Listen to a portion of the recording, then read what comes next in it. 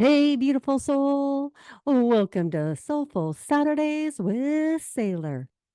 Around here, we cut through the noise, ditch the fluff, and dive straight into what matters: spiritual wellness, radical self acceptance, and unapologetic soulful living. Each week, I'll bring you truth with a side of sass, reflections that wake you up, and reminders that you are glorious. So, whether you've got your journal, your coffee, or that wild, messy bun, you are exactly where you need to be. This year, 2026, we're journeying with your compass, helping your soul navigate, guiding your heart, and trusting your inner knowing. January's whisper is listen. Slowing down after the holiday rush, quieting the noise, and tuning into what your soul is actually saying. And today, we're diving into a topic that hits many of us deep: why we don't trust ourselves and how to start again. We're going to get honest about why we second guess, why we ask everyone else about something before asking ourselves. And most importantly, how to return to that quiet, trustworthy inner voice that's speaking all along. No shame, no fixing, just truth, love, and yes, a little sass. Okay, can we just have a little honest moment? Like just you and me, friend to friend. Why is it that when we're trying to make a decision, we will Google it, pull our friends, text our sister, ask our partner, check 3 podcasts, read 2 books, and pray about it? But we will not ask ourselves. Think about that for a second. We don't trust ourselves. We trust TikTok. We trust experts. We trust what would they think. We trust what makes the most sense on paper. But our own knowing, our own gut, that quiet little voice that's been with us our whole life. Oh no. We treat her, that voice, like she's unreliable, like she's dramatic, like she's not fully qualified to run our life. And honestly, it breaks my heart a little because your soul is not confused. She's not broken. She's not behind. She's just been interrupted, talked over, doubted, second guessed. So today, we're going to talk about why we stop trusting ourselves and how we gently, lovingly start again. No shame. There's no fixing, just truth, love, and yes. You know what it is: a tiny bit of sass. Because you guys know me. There's always got to be some sailor sass in the mix. So here's the thing. Here's the real reason we don't trust ourselves. We were trained out of it. And I don't say that dramatically. I say that honestly. From a very young age, we were taught what was acceptable and what wasn't. We got smiles and what got side eyes. What kept the peace and what made people uncomfortable. So we learned to be nice instead of honest, polite instead of clear, accommodating instead of authentic, high functioning instead of self honoring. And listen, we were rewarded for that. We got praised for being easy. We got loved for being agreeable. We got chosen for being low maintenance. We got accepted for not rocking the boat. So, of course, You learned the lesson. You learned that your needs were inconvenient. Your feelings were too much. Your instincts were overthinking. Your boundaries were selfish. And somewhere along the way, we called that maturity. But let me say this gently and clearly. That's not maturity. That's self abandonment with a real good attitude. And then trauma steps in and makes it even messier because trauma doesn't ask you to trust yourself, it asks you to survive. Do you learn to override your own signals just to feel safe? You stop scanning your body, you start scanning the room. You become really good at reading other people's moods, managing their emotions, anticipating what they might need before you ever ask what you need. You learn that your intuition feels dangerous because listening to it might cost you connection. It might cost you approval. It might cost you being liked. So you silenced it.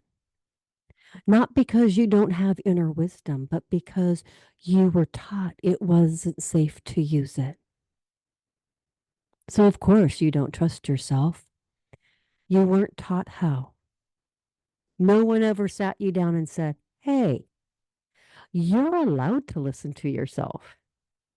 You're allowed to change your mind. You're allowed to need what you need. You're allowed to trust your own knowing. Instead, you were taught to doubt it. So if this is hitting close to home right now, I want you to hear this clearly. There's nothing wrong with you. You didn't fail at trusting yourself. You were trained not to. And that matters. Because what was learned can be unlearned. Now that's what I'm talking about. What you learned, you can unlearn. So good we had to say it again. Here's the reframe that I want to offer you, and I want you to hear this the way I say it. If we're sitting across from one another, having a cup of coffee, hand in hand, no rush. Trust isn't something you build. I know. That's not what we've been told.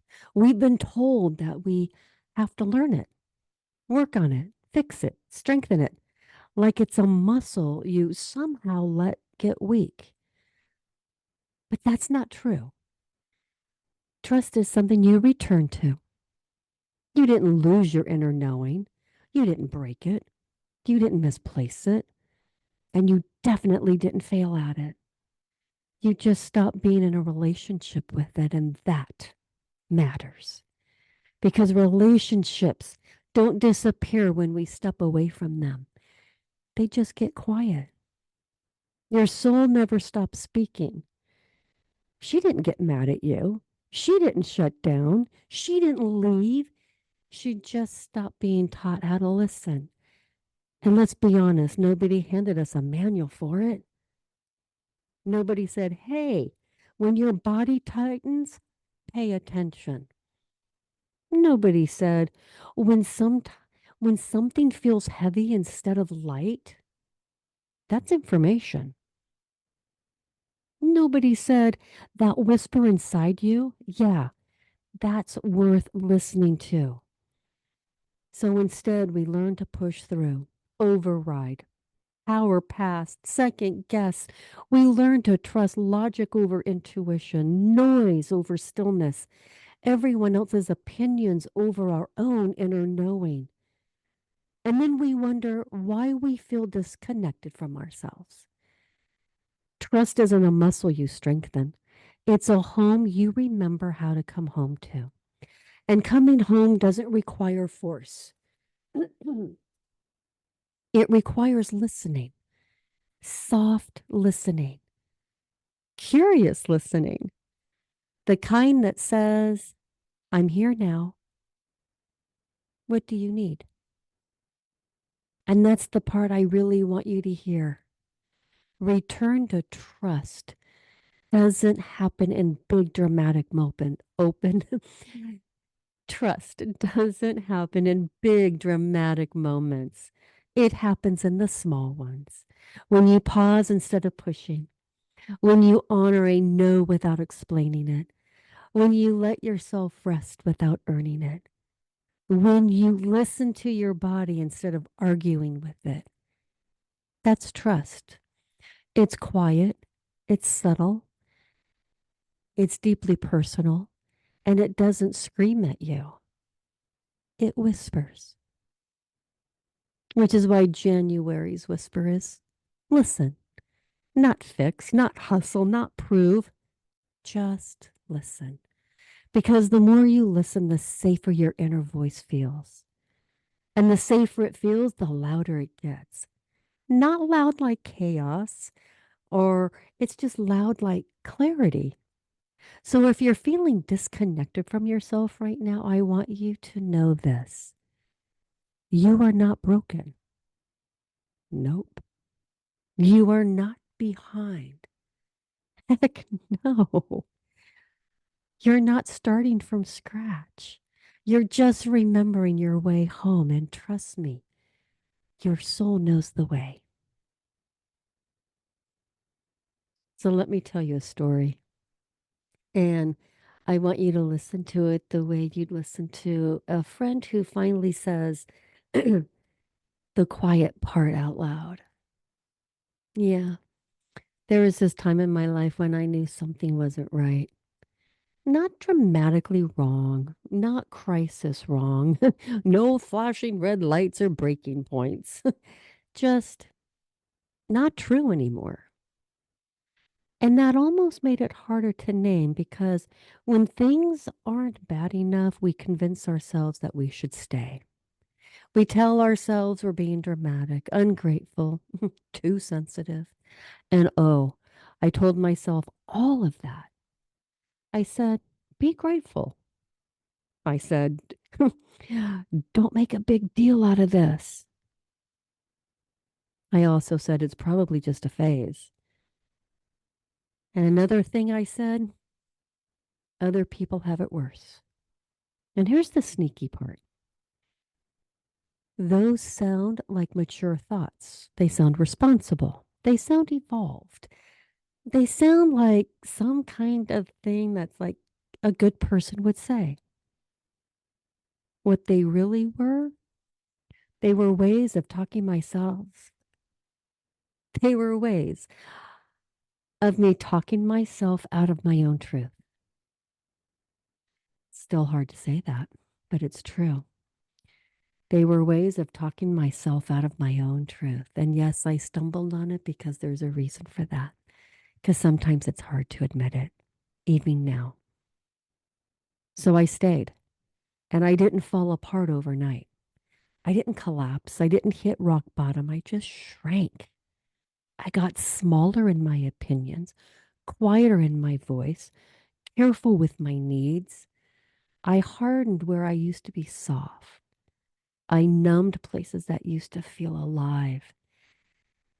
And the cost wasn't loud, it was slow. It was waking up and feeling flat. It was going through the motions of life that looked fine on the outside but felt empty on the inside.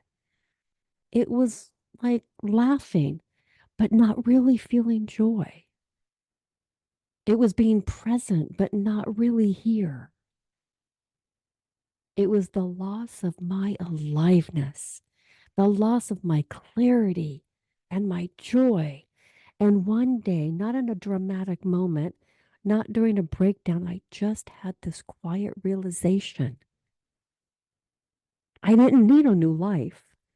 I needed to come back to myself. And that realization scared me more than staying stuck ever did because coming back to yourself requires honesty. It requires saying, this doesn't fit me anymore. Even when nothing is technically wrong, even when people expect you to stay the same, even when change might disappoint someone, Trusting yourself means you might disappoint people. You might change things. You might leave things. You might choose differently than anyone expected. And that can feel terrifying because somewhere along the way, we learned that keeping the peace was more important than keeping ourselves. That being liked was safer than being honest. That staying small was easier than standing in our truth. So, of course, we hesitate. But here's what I learned. Oh, and this is the part that I wish someone had told me sooner. The cost of not trusting yourself is far greater than the discomfort of honoring yourself. Because when you don't trust yourself, your life starts to feel like it belongs to someone else. You show up, but you're not fully in it. You make choices, but they don't feel like yours. You live a life that looks right, but doesn't feel true.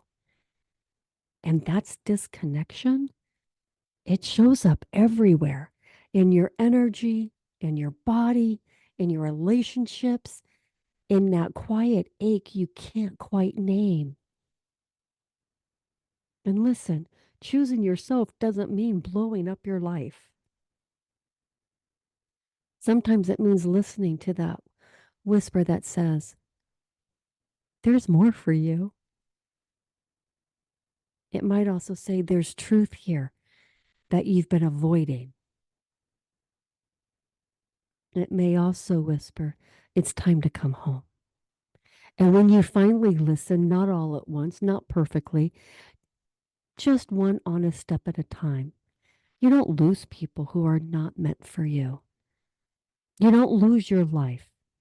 You find yourself. And that changes everything. Here's what starts to change when you begin trusting yourself again. And it's not flashy and it's not dramatic, it's subtle, but oh so powerful.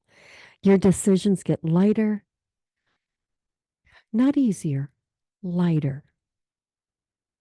You still make choices, you'll still navigate life, and there's this inner tug of war.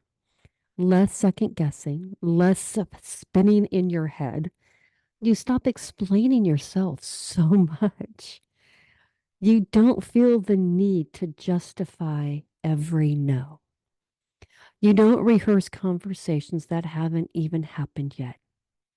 You know the ones, the imaginary ones that you're defending your choices to people you didn't even ask.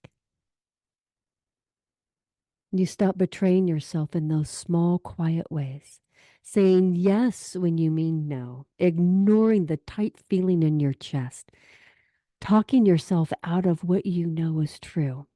And something really beautiful happens. Regret softens because even when things don't work out perfectly, and sometimes they won't, you can look back and say, at least I honored myself.